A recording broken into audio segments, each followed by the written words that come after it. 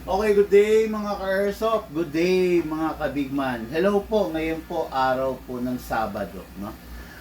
I-review and unbox po natin yung additional unit ng ating multiple repeat ka-airsoft na si Sir Ernie of San Mateo Rizal. Okay?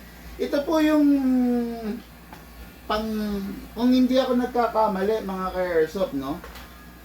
Pang siyam sa transaction, no? Kasi nakailang pistol sa atin to, nakailang rifle din sa atin to eh, di ba? So ito, another rifle na naman. Alam niyo tong tao na to, never kaming nagkita nito na hindi kumuha ng airsoft, no? Nakakatuwa naman siya kasi talagang suportado niya tayo. And at the same time naman talaga mga ka-airsoft, talagang masasabi ko na atin to, loyalist natin, no? Okay, pwede na. Okay. Ito yung unit niya. This is the, kung tawagin natin to mga ka-airsoft, this is the HK, Heckler and HK and Koch, no? HK and Koch, napakalaki nitong unit na to. Kung tawagin nito is a DMR setup. This is a G28 unit. Makikita nyo, napakaganda, napakalaki niya. Full black edition. Upgraded version. Okay? Upgraded siya inside, upgraded siya outside. Okay? Kasi kung makikita nyo, mga ka-airsoft, ito. Look at the butt stock. Not the ordinary butt stock to. Okay? Look at the butt stock, not the ordinary butt stock. Plus, look at the scope. Meron siyang equipped siya with a telescopic, super long telescopic scope. Ang layo ng nararating niyan. Okay? Tapos, look at this one. Meron siyang, ito. Meron siyang tinatawag na bipod. Tapos, nakasuppressor na rin siya ng, I think this is an 8 inches. Napakalaki. Napakatindi. Again, yung scope nito, may mga China itong ang tawag dito, suppressor nito, may mga China version nito, which is yung makalog, no? Kumakalog. Pero ito, makikita nyo, hindi siya kumakalog. Tight na tight siya dahil meron tayong ginawa na modification dito sa unit na to. Pakita ko sa inyo yung isang version nito, ha? Yung kumakalog na version. Pakikuha nga, Lucas. Okay. Pakikuha yan. Oops.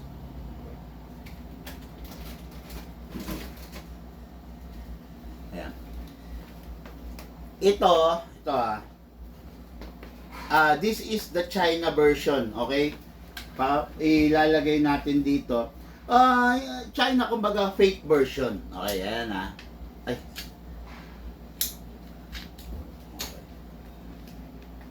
Diba? Okay, pasok natin Ayaw maigpitan. Yung isang klaseng ganito, parang iba to eh. Parang iba tong binigay mo. Iba kasi yung flash hider niya eh.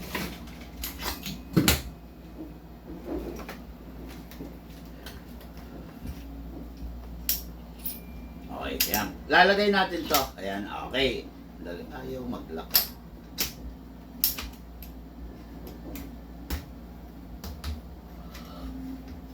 Magkakaiba nga talaga. This one.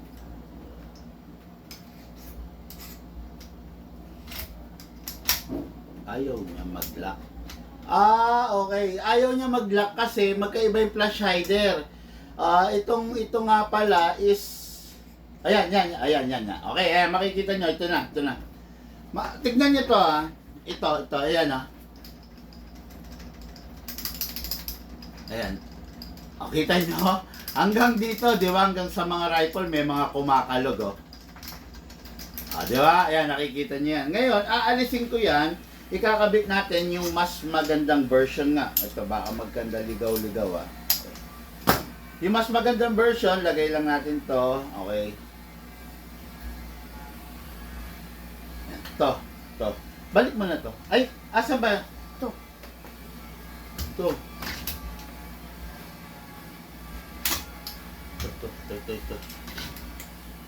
Medyo mahirap lang talagang ikabit to, itong suppressor, kasi kailangan tightly maikabit ng tight, ng maayos, no? Pantay, hindi pwedeng, yan, okay, ayan na. Hindi pwedeng hindi pantay, no? Ayan, makikita nyo, hindi siya kumakalog. Oh, 'di ba? Kasi ito yung original version, no? Hangga't maaari ayaw natin gumamit nung version na mahinang klase, kasi yung quality is hindi mami-meet ng ka-airsoft natin.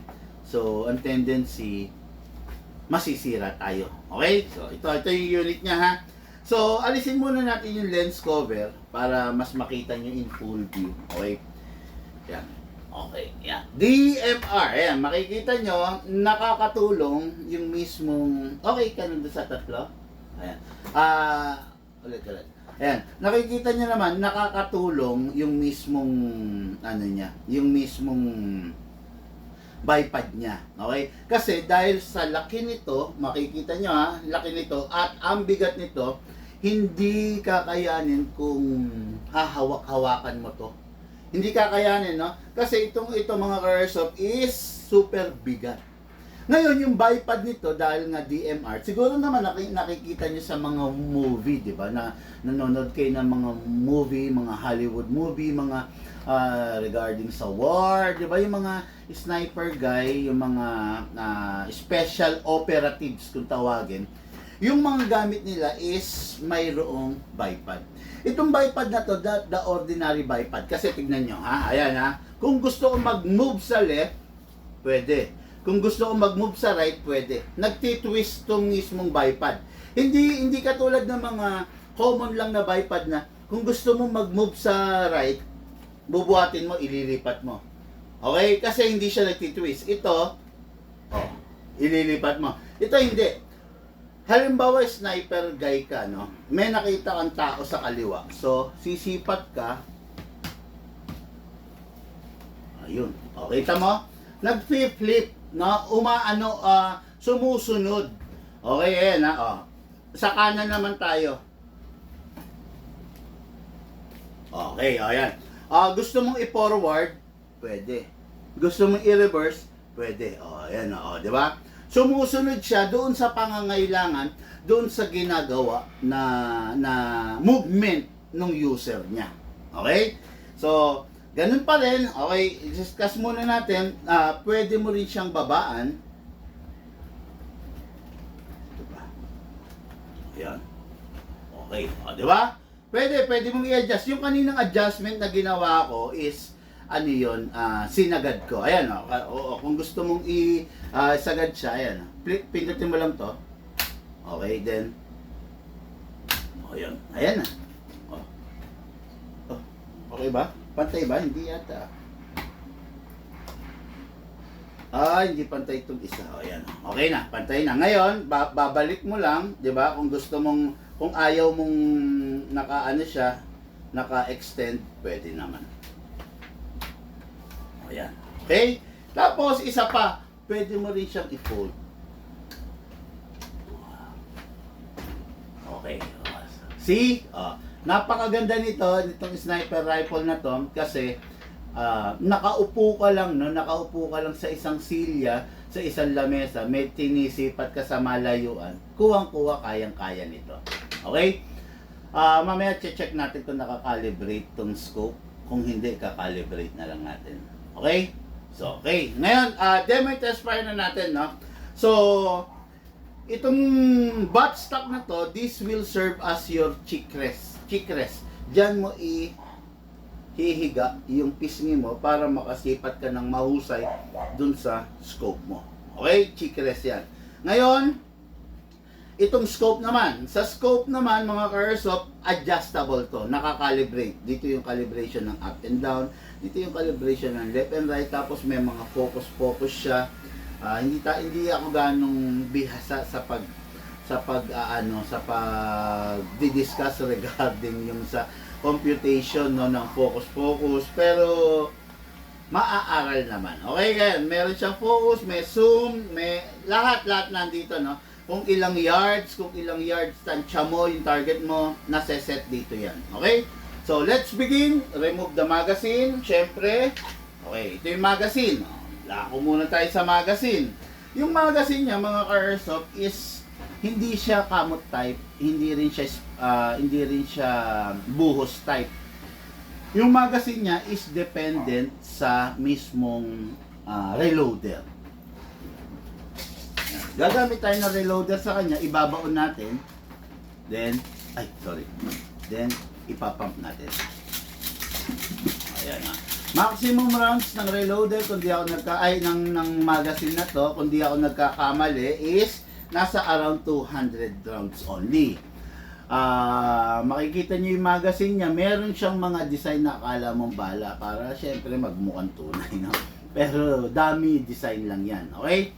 Ayan, wala siyang kinakamot, wala rin siyang opening dito para ibuhos. So, it means to say na yung magazine mo is spring type. Okay? So, dako tayo sa unit naman. Sa unit, bubuksan mo to. Itong part na to. Ayan. Para ma-adjust, depende kasi sa'yo ha, kung gusto mong mahaba, kung gusto mong maiksi. Para ma-adjust, okay. Para ma-adjust, press lang. Ngayon, para maalis, hahatakin mo siya. Okay, then i-slide mo siya. Ngayon, aalisin mo lang to. Okay? Tapos, kuha tayo ng battery. Ang bigay natin na battery kay sir, LiPoly na, upgraded na, no? Kasi, baka mabitin siya pag hindi LiPoly. Okay? Yan, to. Pasok natin sa bat tube. Dito sa tube mismo, ha? Tapos, saka natin ipa-plug. Hello po, shoutout po sa ating mga ka-airsoft, no, na nanonood ngayon. Shoutout po sa ating mga ka-airsoft. Kung gusto niyo magpa-shoutout nga pala mga ka-airsoft, no, hit the comment section, pa-shoutout kayo. Then, isa-shoutout ko kayo doon sa next video natin. Okay? Ayan. Ngayon to, lagay na natin yung butt stock.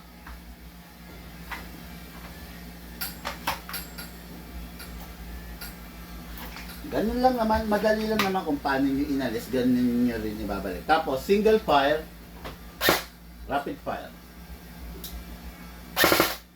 Ayan. Mga airsoft, no, kung mapapansin niyo pag mga DMR, medyo parang silent type lang sila. Medyo parang mahina yung tunog. Kasi ganito yan, sniper ka eh, di ba? It will defeat the purpose of having a sniper na position kung yung unit mo skandaloso, di ba? Pagka kasi halimbawa sniper guy ka, okay? Sniper guy ka tapos maingay yung unit mo, malalaman agad. Pag na-sniper ka, di ba? Karamihan, di ba, sa sniper nagtatago, abangers, di ba? Eh pag maingay yung sniper mo, alam ka agad kung nasan yung lokasyon mo. Yun ang iniiwasan doon. Okay? Okay, sige, fire tayo ha.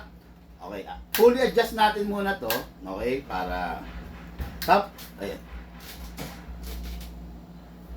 Okay, then lagay natin yung magazine, i-load natin. Ayan. Okay, yun, loaded na. Ngayon mga ka-airsoft, huwag na natin ikakasa sa charging handle kasi baka masira pa yung unit mo. Wala kasing maitutulong kasi calibrated na to eh. Ina-access lang kasi yung charging handle pag mag-aano ka, pag magka-calibrate ka, no? Pero pag hindi ka naman magka-calibrate, wag mo nang i-access na kinakasa-kasa kasi baka ikasira pa niya. Okay? Ngayon, single file syempre. Banat tayo, no? Banat tayo, no? Ay, nakarapid. Sorry. Single file. Ayan, no?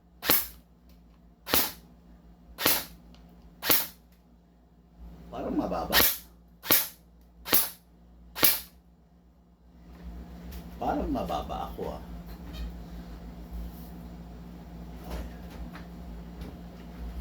Single fire.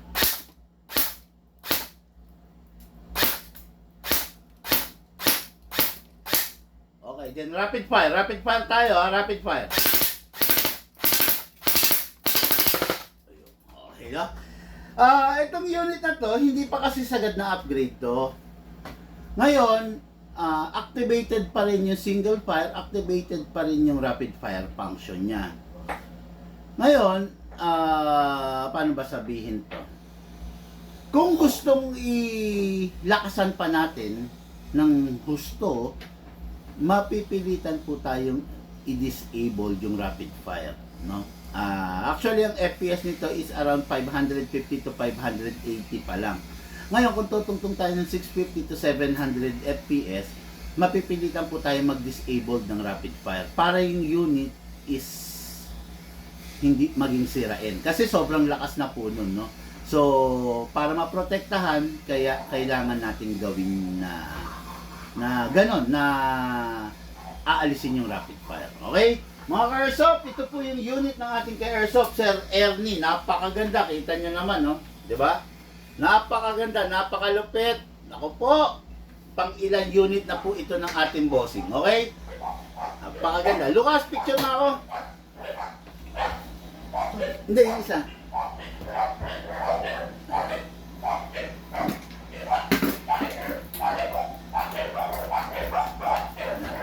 Ayan, picture.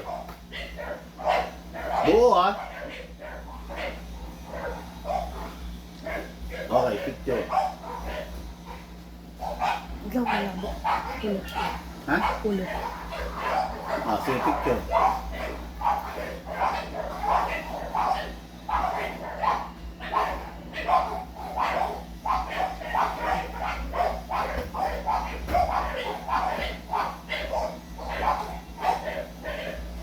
Okay? Okay mga airsoft, Sir Ernie of San Mateo, ito na po yung unit mo. Maraming salamat, bossing, sa pagtitiwala mo sa amin ng unit mo. Yung dalawang staccato mo, nandito na rin, ready na rin. Okay, mga airsoft, lahat po tayo nagbula sa iba't ibang larangan. Pinagbuklod, pinag-isa ng iisang libangan. Yun po ang paglalaro ng airsoft, patid po sa inyo ng inyong lingkod, Pigman.